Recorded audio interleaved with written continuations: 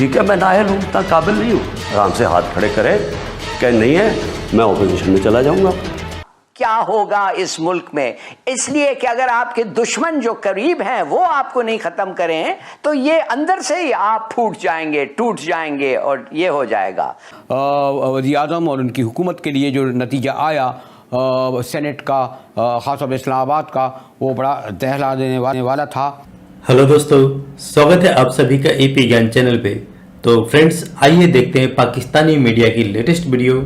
और जैसा कि पता है आपको कि अचानक ही पाकिस्तान के अंदर जो सीनेट इलेक्शन इमरान खान हारा है, उसके बाद इमरान खान का भी दिमाग झल्ला गया है और उसने बेसिकली कुछ ऐसे बयान भी दिया। साथ ही साथ पाकिस्तान मीडिया की जो हमेशा ये चिल्लाती रहती है इंडिया इंडिया, अब पाकिस्तान खुद अपने आप को तबाह करने की मोड़ पे आ खड़ा हुआ है, ऐसा पाकिस्तानी मीडिया कह रही है। और स्पेशली हिलाली, जो कि आप जानते हैं कि हमेशा उसके जवाब पे सिर्फ दुश्मन समझता है इंडिया को, और वो सोचता है कि इंडिया हमेशा पाकिस्तान को बर्बाद करने पे लगा है। लेकिन आज वो कह रहा है कि इंडिया की जरूरत नहीं है, पाकिस्तान खुद बर्बाद हो जाएगा। तो आइए फ्रेंड, आज इस वीडियो को देखते हैं।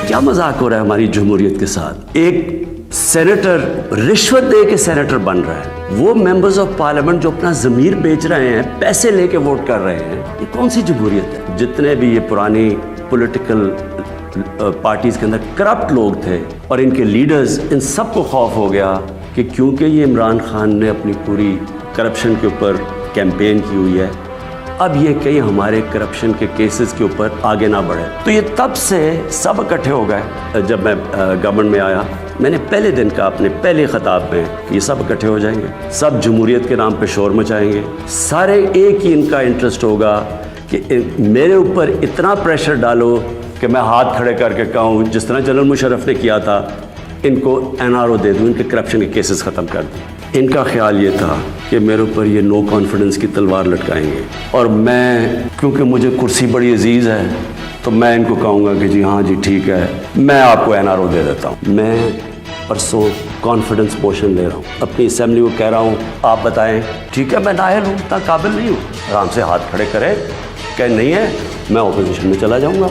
जो अगले 24 घंटे गुजरे हैं, इसमें बड़े हंगामा खेज रहे कि वाकई बहरहाल वज़ीर आज़म और उनकी हुकूमत के लिए जो नतीजा आया सेनेट का, ख़ासतौर इस्लामाबाद का, वो बड़ा दहला देने वाला था।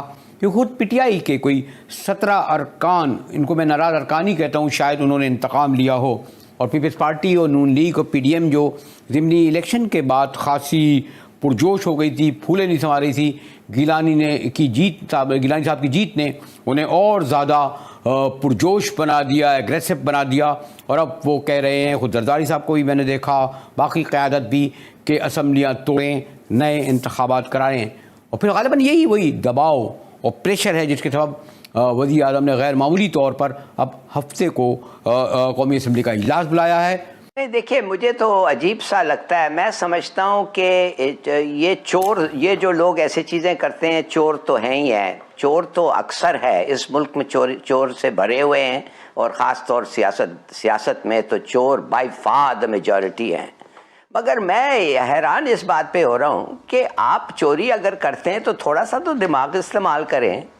इसलिए कि आप रिश्वत ले रहे हैं कि जिलानी के ख़िलाफ़ वोट करने के लिए, मगर अगर आप थोड़ा सा भी बचना चाहते हैं शक और शुबा से, या थोड़ा सा भी उसमें कोई प्रिंसिपल इंजेक्ट करना चाहते हैं, हालांकि है तो कुछ नहीं, स्ट्रेट फॉरवर्ड चोरी है, रिश्वतखोरी है, मगर अगर आप कुछ थोड़ा सा, वो कहते हैं ना जो लोग आपके पीछे, to want to put them off track, तो दोनों के लिए इतना वोट दे देते हैं। मगर आप में इतनी, वो क्या कहते हैं, अनइंटेलिजेंट प्रिमिटिव सेल्फिशनेस है कि आपने, इसलिए कि वो औरत के बारे में कुछ नहीं कहा गया आपको, कि ये जो लोग आपके वोट खरीद रहे थे, या वो पीपीपी के हो या मुस्लिम लीग के हो, उन्होंने ये तो नहीं कहा आपको कि 2 वोट के लिए इतने करोड़ ले लो। उन्होंने सिर्फ 1 वोट के लिए आपको पैसे दिए, तो आपने कहा चलो 1 ही वोट के लिए पैसे मैंने दिए, तो दूसरा मैं जैसी मर्जी वोट करूंगा। Look at it. या क्या समझते हैं मुजाहिद साहब, what kind of primitive unintelligent. ये एक्चुअली शर्म के अलावा और गुस्सा भी आता है। अच्छा, इसके अगर साथ ही मैं सवाल करूं कि जो बहरहाल प्राइम मिनिस्टर इमरान खान इतने प्रेशर में आए इस इलेक्शन के बाद कि उन्होंने फौरी तौर पर कौमी असम्बली का इजलास ही बुलाने का ऐलान नहीं किया, बल्कि कहा कि मैं तरीक़ा एतमाद लूँगा, एतमाद नहीं हुई तो मैं घर चले जाऊँगा, फिर अगर मेरा आइन पे दस्तरस नहीं है, अगर एक बार प्राइम मिनिस्टर एतमाद का वोट ले लें तो अगले गालिबन 3 महीने 6 महीने फिर उनको फिर चैलेंज नहीं किया जा सकता। ये नहीं होगा कि 4 दिन बाद फिर आ जाएं। तो ये जो इमरान खान जो जा रहे हैं, क्या ये भी मुमकिन है कि वो एतमाद का वोट लेने के बाद कहें कि जी मैं असम्बली तोड़ देता हूँ, नए इलेक्शन की तरफ जाता हूँ, चले नया मैंडेट दें? इमरान खान है ना जी नया मैंडेट तो इनको लेना है, मगर इस वक्त नहीं। पहले तो मेरे ख्याल में ये वोट ऑफ कॉन्फिडेंस जो भी है ये उनको मिलेगा। इनको 180 181 शायद वोट मिल जाएं, 170 171 वोट्स की ज़रूरत है। मगर उससे ज़्यादा मेरे ख्याल में बड़ा ठीक मूव है। It is the right move. वो बता रहा है कि ठीक है, मोमेंटम लगता है ऑपोजिशन के साथ था, मगर मैं उनको बताना चाहता हूँ कि इस वोट पे पता चल जाएगा उनको, हमें पता चल जाएगा कि चोर कौन थे। ये ओपन वोट होगा। लेकिन इससे भी आगे बढ़कर आपको आज इंटरेस्टिंग मीटिंग भी हुई है बाजवा साहब की और DGI की इमरान खान से, क्योंकि आपकी ज़रा गहरी नज़र है। फौज जो है वो ऐसे मौके पे इस वक्त पाकिस्तान की जो रीजनल थ्रेट्स हैं, ये नहीं चाहते कि इस वक्त इस किस्म की इंस्टेबिलिटी हो और डिसयूनिटी हो मुल्क के अंदर। तो इसलिए उनका दबाव इस पे है। बकौल कुछ लोग जो ऐसा सोचते हैं कि उनका दबाव है कि जी प्राइम मिनिस्टर साहब दफा करें, ये तो करप्शन होता रहेगा, आपने इतनी बड़ी लड़ाई ले ली है कि वोट की पॉलिटिकल स्टेबिलिटी पे इम्पैक्ट करता है, वोट की कौम की यूनिटी पे इम्पैक्ट कर रहा है, लिहाजा हम जो आर्म फोर्सेस के लोग हैं, ऐसे मौके पे जब इतना खतरा है पाकिस्तान को, हम यूनिटी चाहते हैं, नॉट डिवीजन। मगर बात असल ये है कि किस बात पे डिवीजन और किस बात पे यूनिटी। अगर चोरों को देखिए, अगर एक मामूली सी चोरी होती या वो रैंक एंड फाइल होता तो आप समझे कि वो एक आर्ग्यूमेंट था जो चल सकता था, मगर ये वो नहीं है। This is for the future of Pakistan. अब ये जो मामला है ये ऐसे नेट पे आ गया है कि one side has to win और एक साइड हैज टू लूज। अब अगर वो साइड जो ईमानदारी पे है वो ना जीता और चोरों के ये हो गए, तो क्वाइट फ्रैंकली कोई फर्क ही नहीं पड़ता क्या होगा इस मुल्क में।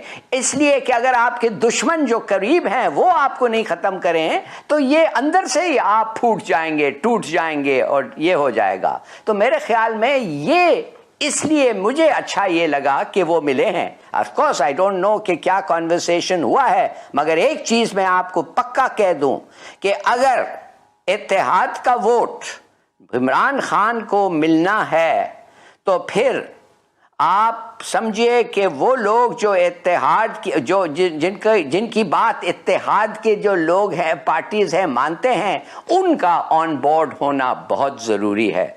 और अगर इस तरफ ये रुख इस तरफ जा रहा है तो मैं बड़ा खुश हूँ। अगर दूसरे तरफ जा रहा हूँ तो मैं समझता हूँ in the long run it will fail. In the long run हमारी ये जो है मसला है, ये पेपर ओवर नहीं हो सकता। ये एक सॉलिड फंडामेंटल इश्यू, वैल्यूज है, नॉर्म है हमारे मुल्क और सोसाइटी का।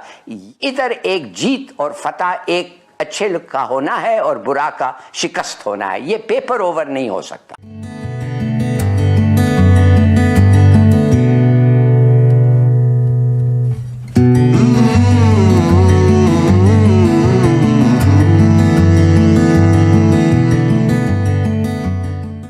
दोस्तों, आपने देखा और सुना तो अचानक ही पाकिस्तान के अंदर पिछले एक हफ्ते के अंदर बहुत कुछ तब्दीली आई है।